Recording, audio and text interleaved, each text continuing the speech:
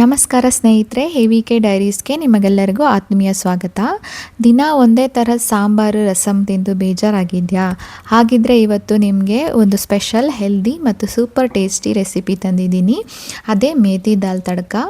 ಆದರೆ ಇವತ್ತಿನ ರೆಸಿಪಿಯಲ್ಲಿ ಒಂದು ಟ್ವಿಸ್ಟ್ ಏನಪ್ಪ ಅಂದರೆ, ಈ ದಾಲ್ಗೆ ಬಳಸ್ತಾ ಇರೋಂಥ ಮೆಂತ್ಯ ಸೊಪ್ಪು ಮಾರ್ಕೆಟಿಂದ ತಂದಿರೋದಲ್ಲ ನೋಡಿ, ನಾನೇ ನನ್ನ ಪುಟ್ಟ ಹೋಮ್ ಗಾರ್ಡನಲ್ಲಿ ಪ್ರೀತಿಯಿಂದ ಬೆಳೆದಿರೋ 100ಕ್ಕೆ 100 ಆರ್ಗ್ಯಾನಿಕ್ ಮತ್ತು ತಾಜಾ ಮೆಂತ್ಯ ಸೊಪ್ಪು. ಮನೆಯಲ್ಲೇ ಬೆಳೆದ ಸೊಪ್ಪಿನ ರುಚಿನೇ ಬೇರೆ ಅಲ್ವಾ? ಬನ್ನಿ ತಡ ಮಾಡದೆ ಘಮಘಮಿಸೋ ಮೇಥಿ ದಾಲ್ನ ಹೇಗೆ ಮಾಡೋದು ಅಂತ ನೋಡೋಣ. ಸೊ ಇದಕ್ಕೆ ನಾನು ಮೊದಲೇ ತೊಗೊಂಡಿರುವಂತಹ ಮೆಂತ್ಯ ಸೊಪ್ಪನ್ನ ಕ್ಲೀನ್ ಮಾಡಿ ಇಟ್ಕೊಂಡಿದ್ದೀನಿ, ವಾಶ್ ಮಾಡಿ. ಈಗ 1 ಕಪ್ಪು ಬೇಳೆಯನ್ನು ತೊಗೊಳ್ತಾ ಇದ್ದೀನಿ. ಅದನ್ನು ಕೂಡ ಈ ರೀತಿಯಾಗಿ ವಾಶ್ ಮಾಡ್ಕೊಳ್ತಾ ಇದ್ದೀನಿ. ಒಂದು 2 ಟೈಮ್ಸ್ ನಾನು ವಾಶ್ ಮಾಡ್ಕೊಂಡು ಇಟ್ಕೊಂಡಿದ್ದೀನಿ 1 ಕಪ್ ತೊಗರಿ ಬೇಳೆಯನ್ನು. ಹಾಗೆ ಅದನ್ನು ಒಂದು 3 ವಿಷಲ್ ಹಾಕಿಸ್ಕೊಬೇಕಾಗುತ್ತೆ, ನುಣ್ಣಗೆ ಆಗಬೇಕಲ್ವ ಬೇಳೆ. ಹಾಗಾಗಿ ಅದನ್ನು ಒಂದು ಕುಕ್ಕರಲ್ಲಿ ಒಂದು ಸ್ವಲ್ಪ ಇವಾಗ 1 ಕಪ್ ನೀರು ತೊಗೊಂಡಿದ್ರೆ ಅದಕ್ಕೊಂದು 2ರಿಂದ 3 ಕಪ್ ನೀರು ಹಾಕಿ ಅದಕ್ಕೆ ಸ್ವಲ್ಪ ಅರಿಶಿನ, ಹಾಗೆ ಅದಕ್ಕೆ 1 ಸ್ಪೂನ್ ತುಪ್ಪ ಹಾಕ್ಕೋತಾ ಇದ್ದೀನಿ. ಇದನ್ನು ಹಾಕ್ಕೊಂಡು ನಾವು ವಿಷಲ್ ಹಾಕಿಸ್ಕೊಂಡ್ರೆ ಮೆಂತ್ಯ ಚೆನ್ನಾಗಿ ಬೇಳೆ ಚೆನ್ನಾಗಿ ಬೇಯುತ್ತೆ. 3 ವಿಷಲ್ ಹಾಕಿಸ್ಕೊಂಡ್ರೆ ಸಾಕು. ನೆಕ್ಸ್ಟ್ ಅದಕ್ಕೆ ಬೇಕಾಗಿರೋದು ಒಗ್ಗರಣೆಗೆ 1 ಈರುಳ್ಳಿ, ದೊಡ್ಡ ಈರುಳ್ಳಿ, ಹಾಗೆ 2 ಟೊಮೆಟೊ, ಮೆಂತ್ಯ ಸೊಪ್ಪು ಸಣ್ಣದಾಗಿ ಚಿಟ್ಕೊಬೇಕು. ಹಾಗೆ ಕೊತ್ತಂಬರಿ, ಬೆಳ್ಳುಳ್ಳಿ, ಒಣಮೆಣಸಿನ್ಕಾಯಿ, ಕರಿಬೇವು ಇಷ್ಟಿದ್ರೆ ಸಾಕು, ನಮಗೆ ಮೆಂತ್ಯ ದಾಲ್ ರೆಡಿ ಆಗುತ್ತೆ, ಟೇಸ್ಟಿಯಾಗಿರುವಂಥ ಮೆಂತ್ಯ ದಾಲು. ಸೊ ಇದೆಲ್ಲ ಕಟ್ ಮಾಡಿಕೊಂಡು ಪಕ್ಕಕ್ಕೆ ಇಟ್ಕೊಂಡು ನಾವು ಒಗ್ಗರಣೆ ತಡ್ಕನ ರೆಡಿ ಮಾಡ್ಕೊಬಹುದು.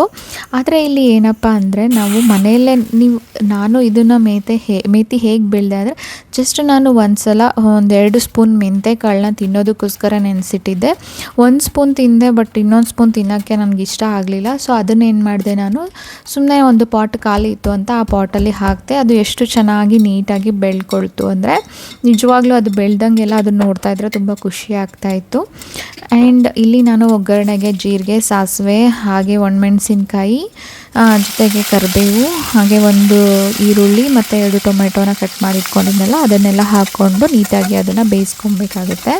ಅದು ನೀಟಾಗಿ ಒಗ್ಗರಣೆ ರೆಡಿ ಆದಮೇಲೆ ನಾನು ಇದರಲ್ಲಿ ಇನ್ನೊಂದು ಸ್ಪೆಷಲ್ ಟೇಸ್ಟ್ ಏನಪ್ಪ ಅಂದರೆ, ಇದನ್ನು ಪಕ್ಕಕ್ಕೆ ಇಟ್ಕೊಂಡಿದ್ದೀನಿ ನಾನು ಬೇಯೋದಕ್ಕೋಸ್ಕರ.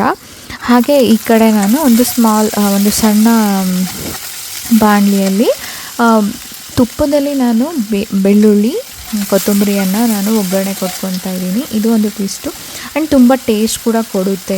ಇದು ನೀವು ಈ ಥರ ಟ್ರೈ ಮಾಡಿ ನೋಡಿ. ಲಾಸ್ಟಲ್ಲಿ ಹಾಕಿದ್ರೆ ತುಪ್ಪದಲ್ಲಿ ಬೆಳ್ಳುಳ್ಳಿ ಮತ್ತು ಕೊತ್ತಂಬರಿಯನ್ನು ಒಗ್ಗರಣೆ ಹಾಕ್ಕೊಂಡು ಲಾಸ್ಟಲ್ಲಿ ನಾವು ಹಾಕಿದ್ರೆ ತುಂಬ ಒಳ್ಳೆ ಘಮ ಕೊಡುತ್ತೆ, ಟೇಸ್ಟ್ ಕೊಡುತ್ತೆ. ಹಾಗೆ ಬೇಳೆ ಆಲ್ರೆಡಿ ವಿಷಲ್ ಆಗಿದೆ, ಅದನ್ನು ನಾನು ನೀಟಾಗಿ ಈ ರೀತಿಯಾಗಿ ಸ್ಮ್ಯಾಶ್ ಮಾಡ್ಕೊತಾ ಇದ್ದೀನಿ. ಬೇಳೆ ಇಲ್ಲದೆ ಇರೋ ಥರ ನೀಟಾಗಿ ಸ್ಮ್ಯಾಶ್ ಮಾಡ್ಕೊಳ್ಳಿ.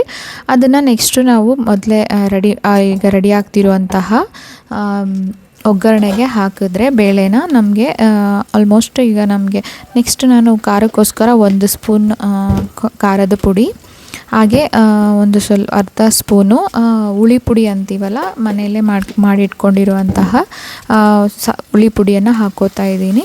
ಇದನ್ನು ಹಾಕೊಂಬಿಟ್ಟು ಒಂದು ಸ್ವಲ್ಪ ಒಗ್ಗರಣೆ ಜೊತೆ ಮಿಕ್ಸ್ ಮಾಡಿಕೊಂಡು ವಿಷಲ್ ಹಾಕಿಸ್ಕೊಂಡಿರುವಂತಹ ಬೇಳೆಯನ್ನು ನೀಟಾಗಿ ಸ್ಮ್ಯಾಶ್ ಮಾಡ್ಕೊಂಡಿರುವಂತಹ ಬೇಳೆಯನ್ನು ಹಾಕ್ಕೊಂಡು ಒಂದು ಕುದಿ ಬರೋವರೆಗೂ ಕುದಿಸ್ಕೊಬೇಕಾಗುತ್ತೆ. ಇದು ಈ ಕಡೆ ಕುದೀತಾ ಇರುವಾಗ ನಾವು ಒಗ್ಗರಣೆ ಸಪ್ರೇಟಾಗಿ ಬೆಳ್ಳುಳ್ಳಿ ಮತ್ತು ಕೊತ್ತಂಬರಿ ಸೊಪ್ಪು ತುಪ್ಪದಲ್ಲಿ ನಾನು ಒಗ್ಗರಣೆಯನ್ನು ಕೊಟ್ಕೊತಾ ಇದ್ದೀನಿ. ಈ ರೀತಿ ಮಾಡಿ ನೋಡಿ, ನಿಜವಾಗ್ಲೂ ಒಳ್ಳೆ ಟೇಸ್ಟ್ ಕೊಡುತ್ತೆ, ಒಳ್ಳೆ ಘಮ ಕೊಡುತ್ತೆ. ಎಲ್ಲ ನಿಮಗೂ ಕೂಡ ಇಷ್ಟ ಆಗುತ್ತೆ. 2-3 ಸ್ಪೂನ್ ತುಪ್ಪ ಹಾಕ್ಕೊಂಡು ಅದಕ್ಕೆ ಲಾಸ್ಟಲ್ಲಿ ಈ ಥರ ಅದಕ್ಕೆ ಮಿಕ್ಸ್ ಮಾಡಿಕೊಂಡ್ರೆ ಒಳ್ಳೆ ಟೇಸ್ಟ್ ಇರುತ್ತೆ. ಈ ರೀತಿಯಾಗಿರುವಂತಹ ರುಚಿಯಾಗಿರುವಂತಹ ಮೆಂತ್ಯ ಸೊಪ್ಪಿನ ದಾಲ್ನ ನೀವು ಕೂಡ ಮನೇಲಿ ಟ್ರೈ ಮಾಡಿ ಆ್ಯಂಡ್ ಹೇಗಿತ್ತು ಅಂತ ನನಗೆ ಕಮೆಂಟ್ ಬಾಕ್ಸಲ್ಲಿ ತಿಳಿಸಿ. ಆ ಬಿಸಿ ಅನ್ನಕ್ಕೆ ತುಪ್ಪ ಹಾಕ್ಕೊಂಡು ದಾಲ್ ಹಾಕ್ಕೊಂಡು ಉಪ್ಪಿನಕಾಯಿ ಅಥವಾ ಹುಣಸೆ ತೊಕ್ಕು, ನಾನು ಊರಿಂದ ತಂದಿರೋಂತಹ ಹುಣಸೆ ತೊಕ್ಕಿತ್ತು, ಅದನ್ನು ಹಾಕ್ಕೊಂಡು ತಿಂದರೆ ತುಂಬ ಟೇಸ್ಟಿಯಾಗಿತ್ತು. ನಿಮಗೂ ಕೂಡ ಇದು ರೆಸಿಪಿ ಇಷ್ಟ ಆಗಿದೆ ಅಂತ ಅಂದ್ಕೊತಿದ್ದೀನಿ.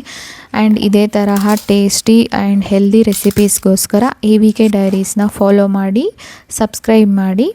ಆ್ಯಂಡ್ ಯಾರೆಲ್ಲ ನನ್ನ ವೀಡಿಯೋಸನ್ನು ನೋಡಿ ಇಷ್ಟಪಡ್ತಾ ಇದ್ದೀರಾ, ಲೈಕ್ ಮಾಡ್ತಾ ಇದ್ದೀರಾ, ಎಲ್ಲರಿಗೂ ಥ್ಯಾಂಕ್ ಯು ಸೋ ಮಚ್ ಅಂತ ಹೇಳ್ತಾ ಈ ದಿನದ ನನ್ನ ಲಾಗನ್ನು ನಾನು ಮುಗಿಸ್ತಾ ಇದ್ದೀನಿ. Thank you so much.